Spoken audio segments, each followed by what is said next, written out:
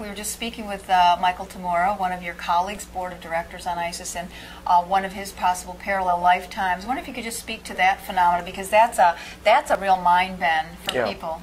So we do have cases that show that the soul can inhabit more than one body at one time.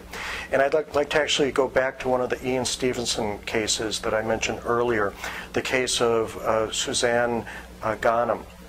In a past lifetime, her name was Hanan Mansour, and it's a classic Ian Stevenson case where he studied her when she was 3 years old, had full memories of the prior lifetime, was reunited with her past life family.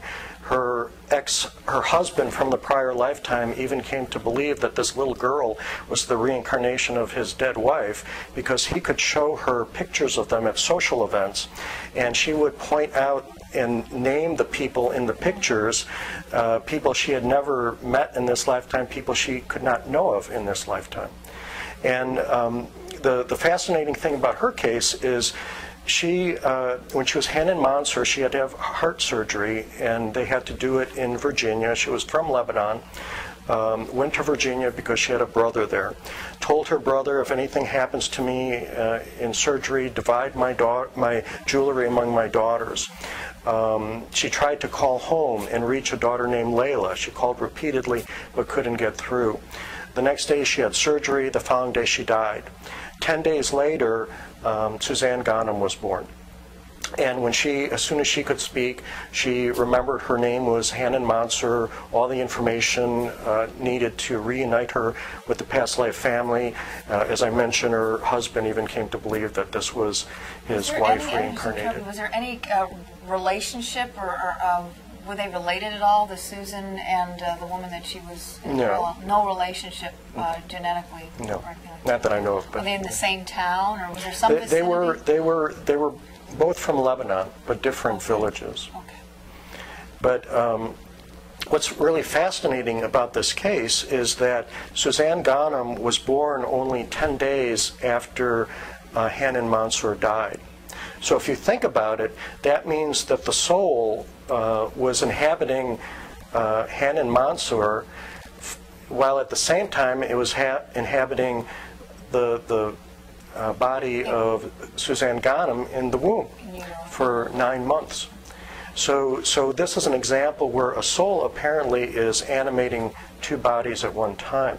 And we have a number of other cases of what I call split incarnation identified in the Born Again and Revolutionaries book. There's a chapter called The Three Lives of Penny Pierce and the Phenomenon of Split Incarnation, where a very compelling set of cases is presented where two lifetimes overlap by 30 years, and we have the pictures and everything. So the way to really study this in the future is to identify cases of split incarnation and then compare the DNA of these two people when they're still alive. So that's the way you could get around the grave digging piece. Exactly. Is to actually, okay, exactly. So you could try that DNA sequencing with 2 people or 3 people, whatever, that have identified as running a much parallel. easier. Yeah. Great. Thank you. Sure. Thanks very much for your time. You've been very gracious here. We know you've got a big schedule and some very interesting people that you're featuring this week. I know we'll be connecting with Michael Tamura. He's a healer, spiritual teacher, and clairvoyant, as well as Kevin Ryerson, who's also will be speaking at your conference, Clairvoyant, and you utilize him and his channel as well for a lot of validation and information about your case study. So we'll be talking to them in other episodes. And is there any parting message or thing that you'd like to share? One other implication of the Stevenson cases we've been discussing of Suzanne Ghanem and Daniel Jurdy, the ones that Stevenson first studied 25 years ago and then recently in 1998 revisited, and as full-grown adults they look the same. I mentioned Suzanne Ghanem was born after only 10 days when she died in the prior lifetime. Daniel Jurdy was born 1 year after his death, the prior incarnation.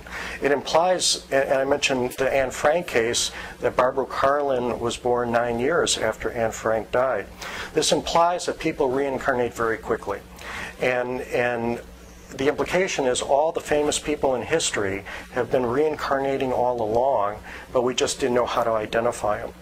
I started to work with Kevin Ryerson to try to find a way to validate cases. And I found that he channels a spirit guide who can actually make accurate past life matches. And we've used Atunre to identify or confirm cases that present to us. And so at this meeting, we are having some of the more prominent people in history come and talk about their cases so you can experience them. The reincarnation of Laurel and Hardy are going to perform. The reincarnation of Hans Christian Andersen is going to tell stories and play the harp. The reincarnation of composer Edvard Grieg is going to do keyboard music. We have the reincarnation of Michelangelo, Gauguin, Wayne Peterson, who's a former U.S. diplomat who directed the Fulbright program for 14 years.